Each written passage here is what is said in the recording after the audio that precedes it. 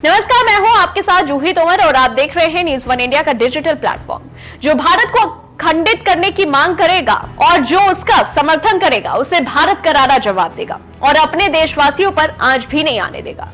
प्रधानमंत्री नरेंद्र मोदी और भारत की मेहमान नवाजी का लुत्फ जितने कनाडा के प्रधानमंत्री जस्टिन ट्रूडो ने उठाया था, अब उससे ज्यादा दुश्मनी का मजा उन्हें मिलने वाला है। कनाडा के पीएम जस्टिन ट्रूडो कुछ दिन पहले भारत के मेहमान नवाजी का लुत्फ उठा रहे थे, वहीं अब कनाडा से भारत को आंख दिखाने की कोशिश में लगे हैं। लगातार खालिस्तानी मूवमेंट को हवा दे रहे हैं, जिसे लेकर प्रधानमंत्री नरेंद्र मोदी के कनाडा के जस्टिन ट्रूडो को समझाने की कोशिश की तो ट्रूडो ने भारत सरकार पर पलटवार किया, जिसका भारत सरकार और पीएम नरेंद्र मोदी ने करारा जवाब दिया है। पहले कनाडा के राजदूत को 5 दिनों के लिए अंदर देश छोड़ने को बोल दिया।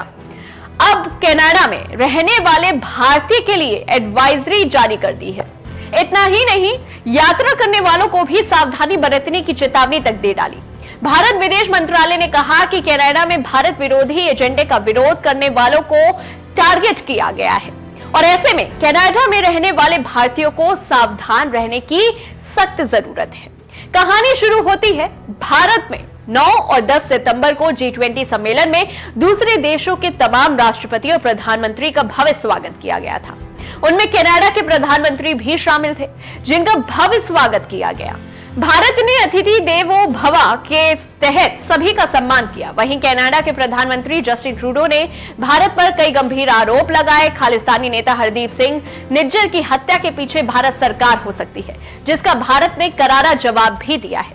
निज्जर की हत्या में भारत की भूमिका की जांच के लिए कनाडा ने भारत के शीर्ष राजनयिक को भी निष्कासित कर दिया है। मतलब ये जो कुछ दिन पहले दोस्ती के फसाने गा रहे थे, वही भारत को आंख दिखाने की कोशिश करने लगे हैं, जिसके बाद से भारत ने भी जवाबी कार्रवाई में दिल्ली स्थित कनाडाई उच्चायोग को सम्मन भेजा और एक सीनियर डिप्लोमेट को निष्कासित करने का फैसला किया है। उस राजनयिक को भारत छोड़ने के लिए 5 दिन का समय दिया गया है। भारतीय विदेश मंत्रालय ने कहा है कि कनाडाई डिप्लोमेट का भारत के आंतरिक मामलों में बढ़ते हस्तक्षेप और भारत विरोधी गतिविधियों के कारण यह फैसला जो है लिया गया है। वहीं विदेश मंत्रालय ने कहा है जिस तरह के आरोप पीएम जस्टिन ट्रूडो ने अब लगाए हैं, इसी तरह के आरोप उन्होंने पीएम मोदी के सामने भी रखे थे, जिनको पूरी तरह खारिज कर दिया गया था। कनाडा सरकार की ओर से किए गए झूठे दावे खालिस्तानी और चरमपंथियों पर से ध्यान हटाने की एक कोशिश है। खालिस्तानी और चरमपंथियों को कनाडा ने आश्रय दिया। ये सभी भारत के संप्रभुता और क्षेत्र अखंडता के लिए खतरा बन गए। आपको बता दें कि इसी साल जून में खालिस्तानी आतंकी हरदीप सिंह निज्जर की ब्रिटेन में 2 बाइक सवारों ने गोली मारकर हत्या कर दी थी। वहीं कनाडा की सुरक्षा एजेंसियां निज्जर की हत्या का आरोप भारत पर लगाती रही हैं। निज्जर की हत्या के बाद कनाडा में भारत सरकार के खिलाफ खालिस्तानी समर्थकों ने विरोध प्रदर्शन भी किया था।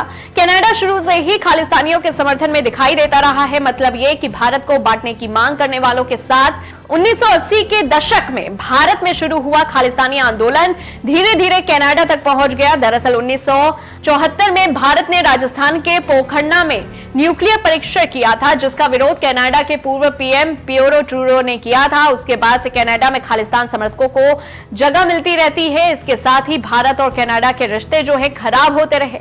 वहीं कनाडा ने अपनी धरती पर भारत विरोधी गतिविधियों को पनपने दिया और वहीं 1980 से 1990 के दौरान खालिस्तान आंदोलन भारत में पीक कर रहा था।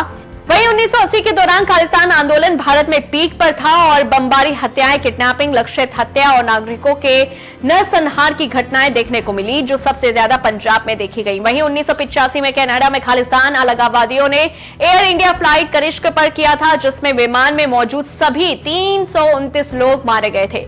यह फ्लाइट टोरंटो से नई दिल्ली जा रही थी। मरने वालों में 42 बच्चे भी शामिल थे। कनाडा के इतिहास में यह सबसे दर्दनाक हमलों में से शामिल है। वहीं आपको भी बता दें कि भारत जिस तरह खालिस्तान की मांग करने वालों का शुरू से लगातार विरोध करता रहा है और ऐसे में कनाडा की सरकार अपने फायदे के लिए अपने सांसद की हत्या का आरोप भारत पर लगाने की लगातार कोशिश काफी समय से कर रही है। लेकिन भारत सरकार और प्रधानमंत्री नरेंद्र मोदी ने साफ कर दिया है कि ना तो भारत खालिस्तान को लेकर कोई समझौता करेगा और ना ही किसी को इसका फायदा उठाने देगा और ना ही भारतीयों को कोई नुकसान पहुंचने देगी। तो इस खबर को लेकर के आपकी क्या राय है, हमें कमेंट बॉक्स में जरूर बताएं। ऐसी तमाम बड़ी खबरों से जुड़े रहने के लिए देखते रहिए News1 इंडिया।